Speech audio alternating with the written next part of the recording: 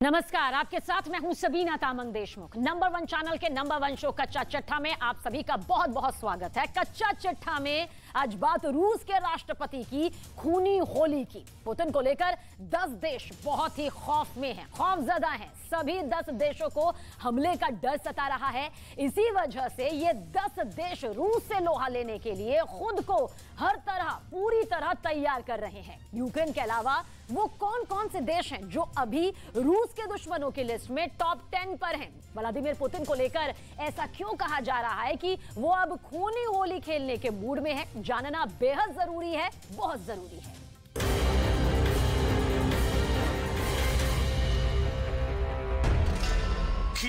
Ukraine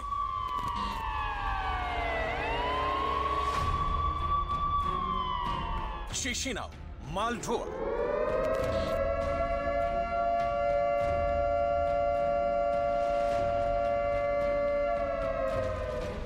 Minsk, Belarus,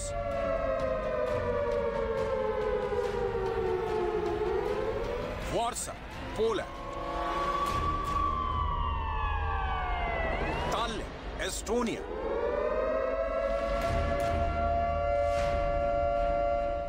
Riga, Latvia, Vilnius, Lithuania, Helsinki, Finland,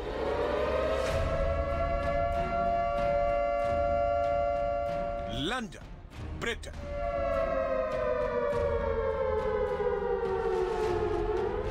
Washington DC, America,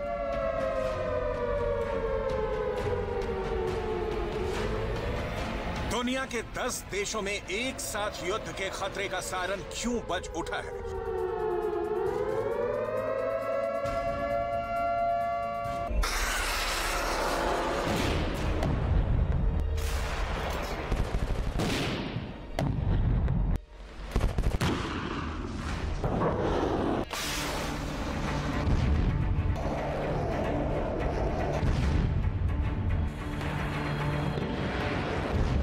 इन देशों में किस हमले का खौफ पसरा है? आखिर क्यों कहा जा रहा है इन देशों में बारूद का दरिया बहने वाला है और युद्ध करके पार जाना है? सवाल है, क्या पुतिन दुनिया के 10 देशों के साथ खून की होली खेलने के प्लान को आगे बढ़ा रहे हैं? क्योंकि यूक्रेन युद्ध के बाद दुनिया के 10 से अधिक देश खुद को रूस से युद्ध के लिए तैयार कर रहे हैं। यूक्रेन पिछले 1 साल से रूस के जंग में है। यूक्रेन के पड़ोसी मोल्दोवा में भी हमले का खतरा बढ़ गया है। यूक्रेन का मददगार देश पोलैंड को पुतिन कई बार धमका चुके हैं। एस्टोनिया की पीएम काया कैलास पुतिन की नंबर 1 दुश्मनों में शामिल है। लात्विया कई बार रूस के हमले की आशंका जाहिर कर चुका है। लिथुआनिया के दुश्मनों की लिस्ट में रूस टॉप पर है। फिनलैंड तो इतना डरा हुआ है कि रूस से लगने वाली सीमा पर बाड़ बना रहा है। और तो और लीक हुए डॉक्यूमेंट्स में दावा किया गया है कि 2030 तक बेलारूस को रूस अपने नक्शे में मिलाने का प्लान तैयार कर लिया है। वहीं यूक्रेन को मदद देने की वजह से ब्रिटेन पुतिन के सबसे बड़े दुश्मनों में शामिल हो गए। तो न्यू स्टार्ट समझौते को निरस्त कर रूस ने अमेरिका से परमाणु रार छेड़ दिया है।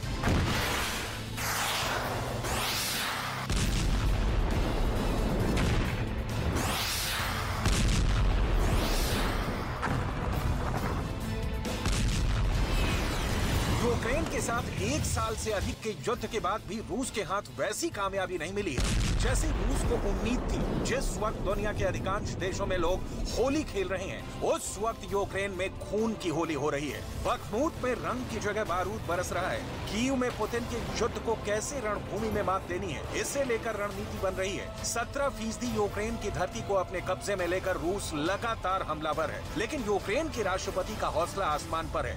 वजह है रूस के टैंकों का जवाब देने के लिए विदेशों से मिले हमलावर टैंक। पहला टैंक है अमेरिका का एब्रम्स टैंक, दूसरा टैंक है जर्मनी का लेपर्ड टैंक और तीसरा टैंक है ब्रिटेन का चैलेंजर 2 टैंक। इन तीनों टैंकों से ज़ेलेंस्की रूस के सैनिकों को यूक्रेन से खदेड़ने की कोशिश करेंगे। दावा किया जा रहा है कि इन टैंकों के दम पर यूक्रेन की सेना आगे बढ़कर क्राइमिया या फिर रूस पर भी धावा बोल सकती है।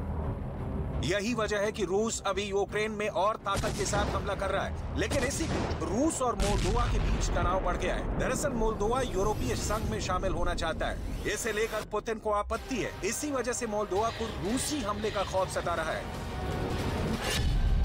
यूक्रेन युद्ध के चलते मोल्दोवा काफी परेशान है। मोल्दोवा ने कई बार दावा किया कि यूक्रेन पर दागी कई मिसाइलों के मलबे उसके देश में गिरे।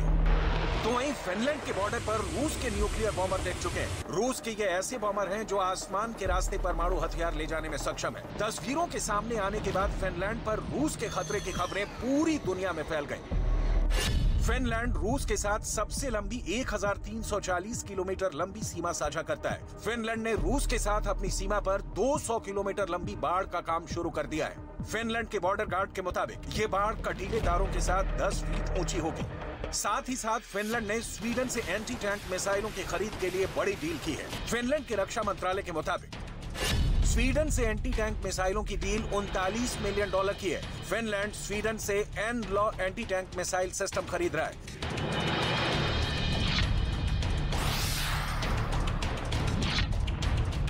एन-लॉ वही एंटी टैंक मिसाइल है जिसकी मदद से यूक्रेन की सेना ने रूस के टैंकों की खबर खोज डाली। फिनलैंड के रक्षा मंत्रालय के बयान के मुताबिक सेना के लिए फास्ट ट्रैक से हथियारों की खरीद के लिए अलग से बजट तय किया गया है। लेकिन यूक्रेन के साथ एस्टोनिया आखिर पुतिन के टारगेट पर क्यों आ गया है, इसे भी जानना जरूरी है। वैसे देखा जाए तो पुतिन से दुश्मनी में ज़ेलेंस्की बहुत पीछे छूट चुके हैं और इसमें सबसे बड़ा नाम है एस्टोनिया के प्रधानमंत्री काया कैलस का। काया का एक नया वीडियो आया है जिसमें पुतिन के लिए ताजा धमकी भी छुपी हुई है। I don't think our relations with Russia can get any worse than they right now are, because he's waging a war in Ukraine. And the second is that you are actually saying that we give power to Putin to decide who can and who cannot be, for example, the Secretary General of NATO. Then you actually give him more power than he has. America Ukraine को $40 billion यानी 3 लाख करोड़ की मदद कर रहा है। लेकिन Estonia का size और उसकी अपनी हैसियत देखिए तो काया कैलस के देश ने यूक्रेन में रूस को रोकने के लिए एड़ी चोटी का जोर लगा दिया है।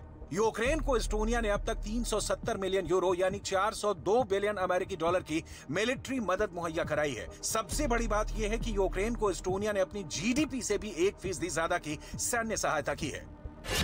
एस्टोनिया ने यूक्रेन को भारी भरकम तोप भेजी है। एस्टोनिया ने यूक्रेन को एंटी टैंक बारूदी सुरंग भेजी है। एस्टोनिया ने यूक्रेन को खतरनाक एंटी टैंक मिसाइल भी भेजी है।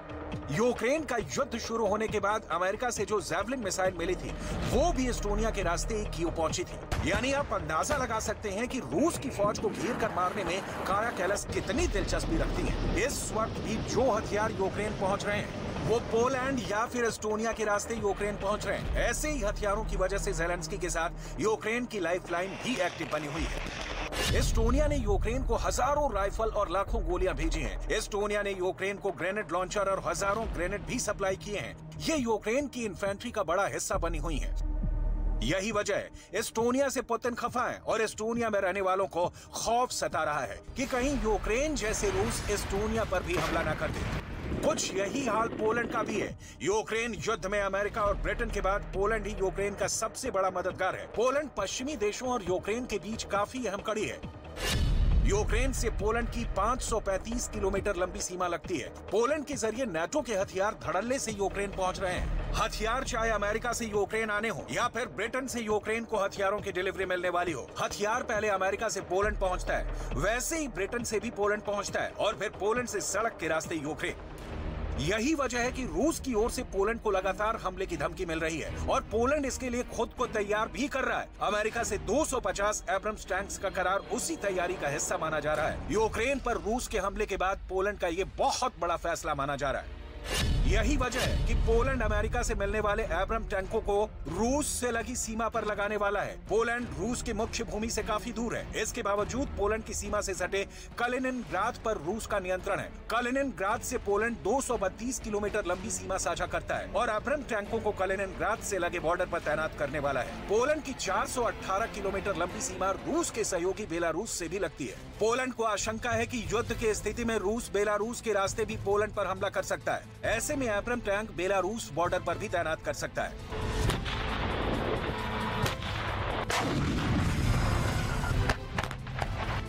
पोलैंड को आशंका है कि रूस के राष्ट्रपति व्लादिमीर पुतिन पोलैंड पर अटैक कर सकते हैं। यही वजह है कि पोलैंड ने रूस की सेना के आक्रमण की सूरत में करारा जवाब देने के लिए अमेरिका से दुनिया के सबसे घातक टैंक कहे जाने वाले एब्रम खरीद कर अपनी सीमाओं पर तैनात कर रहा है। रही बात अमेरिका और ब्रिटेन की, तो रूस की मीडिया ने लंदन को एक परमाणु मिसाइल से समंदर के अतल गहराइयों में डुबोने वाले खूनी प्लान का प्रसारण कर चुका है। वहीं दावों की माने तो रूस ने अमेरिका में अपने टारगेट भी तय कर लिए हैं। ये टारगेट ऐसे वैसे नहीं है, सभी अमेरिका के परमाणु ठिकाने हैं। इस बीच 17 पन्नों का एक सीक्रेट डॉक्यूमेंट लीक हुआ है। उस डॉक्यूमेंट में लिखा है, बिना लड़ाई लड़े, बिना फौज के इस्तेमाल के पुतिन बेलारूस को रूस के नक्शे में मिला लेंगे। ऐसा करके पुतिन नाटो के गले तक पहुंच जाएंगे। वजह है बेलारूस का भूगोल।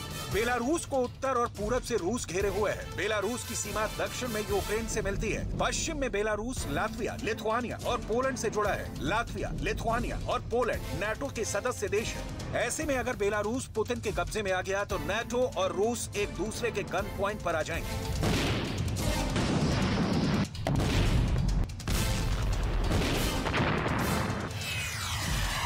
अमेरिका, यूरोप और कीव इंडिपेंडेंट के एक जर्नलिस्ट ग्रुप के हाथ 17 पेज का सीक्रेट डॉक्यूमेंट लगा है। इसमें कथित तौर पर उस प्लान की पटकथा लिखी हुई है जिसे अमल में लाकर रूस ने बेलारूस पर कब्जे की साजिश रची है। दावा किया गया है कि रूस की कई एजेंसियों ने मिलकर इस प्लान को तैयार किया है। बेलारूस पर कब्जे का मास्टर प्लान 2 हिस्सों में बटा है। पहला हिस्सा 2022 से 2025 तक चलेगा। दूसरा हिस्सा 2025 से 2030 के दौरान अमल में लाया जाएगा। बेलारूस के राष्ट्रपति अलेक्जेंडर लुकाशेंको यूक्रेन के खिलाफ जंग में पुतिन की हर मुमकिन मदद कर रहे हैं। पिछले 1 साल में अलेक्जेंडर लुकाशेंको पुतिन से कई मर्तबा मिल चुके हैं।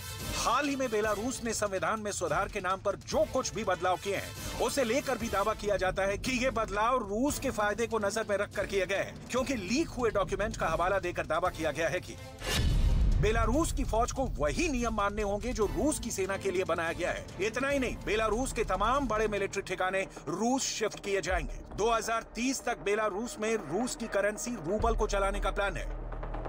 बेलारूस वो देश है जो 30 साल पहले तक सोवियत संघ का हिस्सा था। पुतिन की मंशा सोवियत यूनियन की वापसी कराने की है। सोवियत संघ के टूटने के बाद रूस के बाद जो सबसे बड़ा देश बना वो यूक्रेन है। इसी प्लान के तहत पुतिन का पहला निशाना यूक्रेन बना है। यूक्रेन के बाद बाल्टिक देशों का नंबर आता है। दावे के मुताबिक पुतिन का प्लान रूस, यूक्रेन, बेलारूस, एस्टोनिया, लातविया और लिथुआनिया को मिलाकर एक नया यूनियन स्टेट बनाने की है, जिसका पावर सेंटर मॉस्को होगा।